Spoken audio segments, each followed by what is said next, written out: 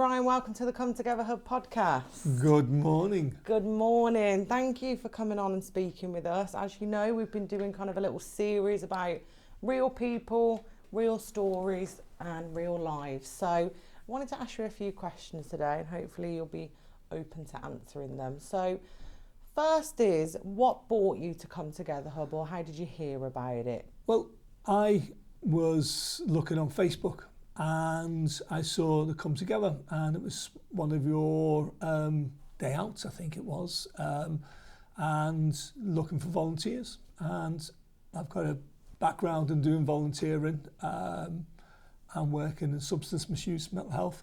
And so I contacted you just to see if I could fit in. Yeah. And how have you found it so far? You've been coming for a few months now, isn't it? Yeah. What was your first impressions when you came to groups? Well, I think it's like anything, isn't it? When you first come somewhere, you're going to sit back a little bit and kind of absorb it all. But yeah, great people, very welcoming. Lovely group of people. Lovely bit of crack, lovely bit of banter going on. Yeah, superb. In fact, to be honest with you, I think having had experiences of volunteering previously, I think this was, is the best one, because it, as you know, it's people of lived experience who are running it, who are part of it, and it's a much more relaxed environment. Yeah. And I don't know if you're open to sharing, but is there kind of anything in your life, lived experience-wise, whether it's yourself or, your life or your family, that kind of attracted you to doing this type of work? Or? Yeah. Well, I grew up in a family where, unfortunately, alcohol was, a big issue. So there was, unfortunately, my dad was an alcoholic. It did destroy the family. So, I went to 13 different schools, for example, when I was young, because my mum would leave and come back, and etc. And it's not only just 13 different schools, but 13 different areas. So I've kind of seen the kind of destruction of, if you like, substance misuse, what it can have on a family. I can also see the other side of it as well, as how families can grow together and, develop. And I also had a cousin who got involved with substance misuse, which was in the day sniffing glue, and I saw the kind of effects of that. And I myself have worked with people with learning difficulties, who what you call mild learning disabilities and autism, who got into substance misuse, either alcohol or drug use.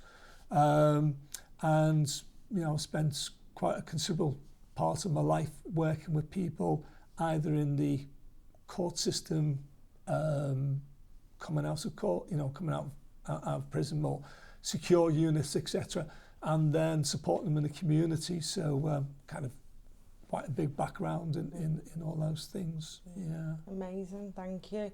And have you kind of in your personal life, how does lived experience affect you? Do you tend to seek out people who have got similar experiences with you when you're going through difficulties? Well, I think the thing is like it or not, the when you've had a background or an upbringing where there's kind of that chaos in your life, like it or not, it does impact on you, impacts on you mentally, impacts on you socially as well.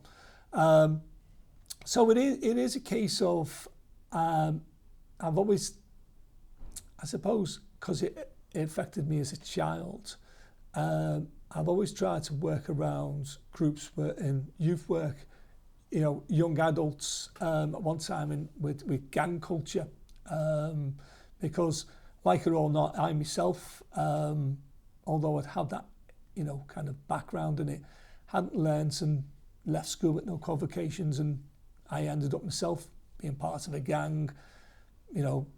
Alcohol was a big part of it, fighting and stuff. And also at one stage, two occasions homelessness. You know, I mean, once in Liverpool and once down south. So I actually not only had the childhood lived experiences, I had also the young adult lived experiences, and you know, a kind of, I suppose I could understand to some extent. So yeah, you know, it does impact. Of course it does. It makes a huge difference. And how about kind of now, Brian, in your life, what kind of tools do you use to kind of keep yourself motivated or happy or just stable, you know? Well, that's it. I think the thing is volunteer. You know, as I go back to volunteering, I've done volunteering quite a lot in my life, even as a professional. You know, I've worked in substance misuse and worked in the education sector. I still kept on doing volunteering work, either be youth work or in the mental health services. So I retired. I took early retirement almost 2 years ago, and I realised that while you know, that kind of part of my life is over, I still needed that social connection. I still needed to be part of something, and I think it's very important for yourself, for your own personal development, if you like, but, you know, but also for your own mental health. Isolation can be one of the worst things, and while you might retire, other people aren't necessarily retired in your family, etc.